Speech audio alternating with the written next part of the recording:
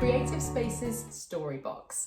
I'm Jess from the Bookworm Players, and today we're going to be reading a very silly story indeed. And I'm going to need to use lots and lots of different voices because there's many different characters. It's The Day the Crayons Quit by Drew Daywalt and pictures by Oliver Jeffers. We've read some of his stories before, so we already know that it's going to be good. One day in class, Duncan went to take out his crayons and found a stack of letters with his name on them. To Duncan. How strange. I wonder who's written these letters. Hey Duncan, it's me, Red Crayon. We need to talk. You make me work harder than any of your other crayons. All year long I wear myself out colouring fire engines, apples, strawberries, and everything else that is red. I even work on holidays. I have to colour all the Santas at Christmas and all the hearts on Valentine's Day. I need a rest. Your very overworked friend, Red Crayon. Oh dear, poor old Red Crayon. Let's see who's next. Dear Duncan, all right, listen. I love that I'm your favourite crayon for grapes, dragons and wizards' hats. It makes me crazy that so much of my gorgeous colour goes outside the lines. If you don't start colouring inside the lines soon, I'm going to completely lose it. Your very neat friend, Purple Crayon. Wow, look at that dragon and the wizard and the grapes. I think purple's my favourite colour actually. Who is next? Dear Duncan, I'm tired of being called light brown or dark tan because I am neither. I am beige and I'm proud. I'm also tired of being second place to Mr. Brown Crayon. It's not fair that Brown gets all the bears, the ponies and puppies, while the only thing that I get are turkey dinners, if I'm lucky, and wheat. And let's be honest, when was the last time you saw a kid excited about colouring in wheat? Your beige friend, Beige Crayon. Oh, look at Beige Crayon's face. Oh, I feel for him. Duncan, Grey Crayon here. You're killing me. I know you love elephants, and I know that elephants are grey, and that's a lot of space to colour in all by myself. And don't even get me started on your rhinos, hippos, and humpback whales. You know how tired I am after handling one of those things? Such big animals. And penguins are grey, you know. So are very tiny rocks, pebbles, and how about one of those once in a while to give me a break? Your very tired friend, Grey Crayon. He does have lots of big things to colour in, doesn't he, Grey Crayon? Size of that elephant there. And the rhinoceros and the hippo. Dear Duncan, you colour with me, but why?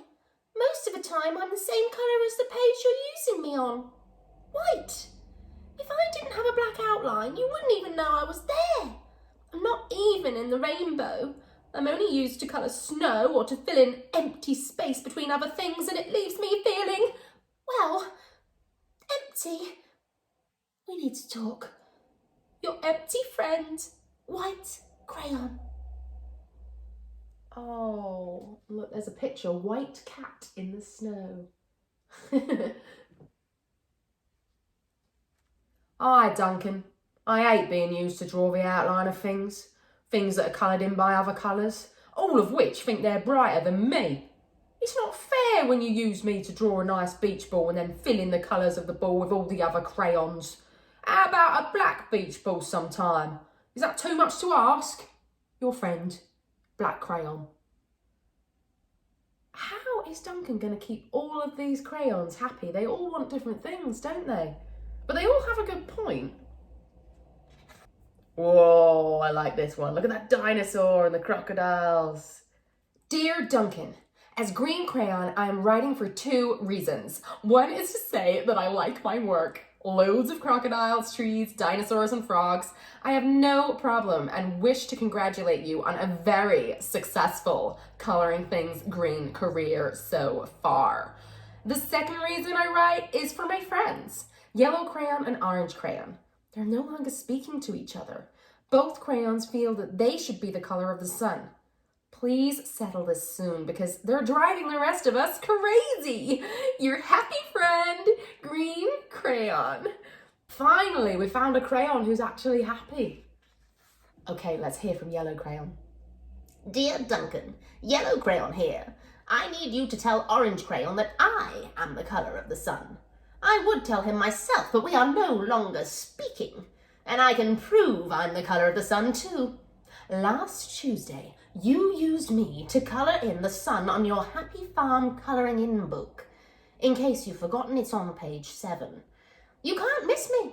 I'm shining down brilliantly on a field of yellow corn.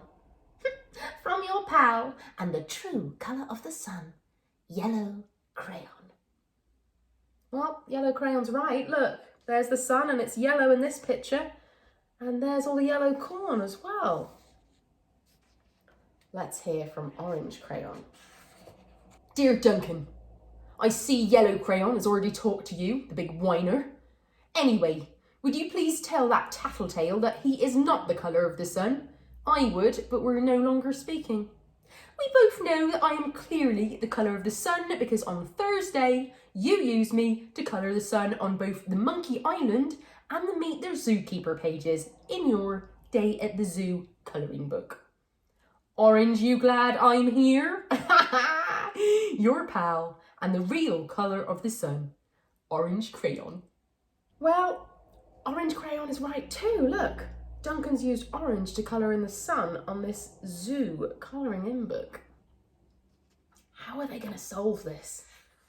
Dear Duncan, it has been great being your favourite colour this past year, and the year before, and the year before that.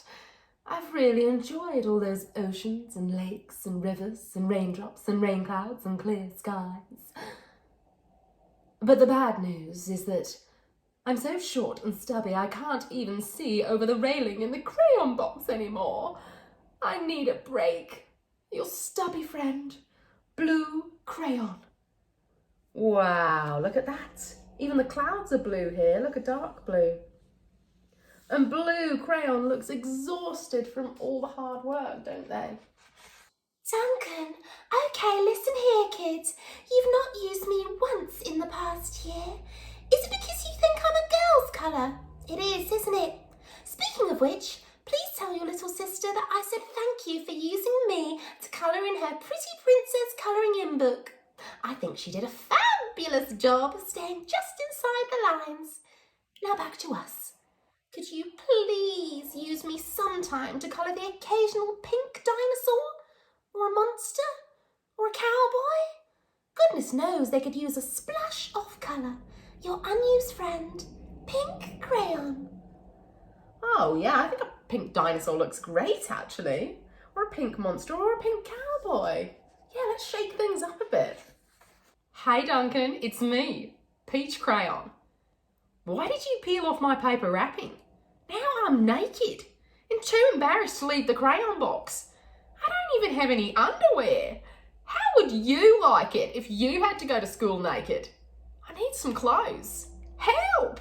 Your naked friend, Beige Crayon.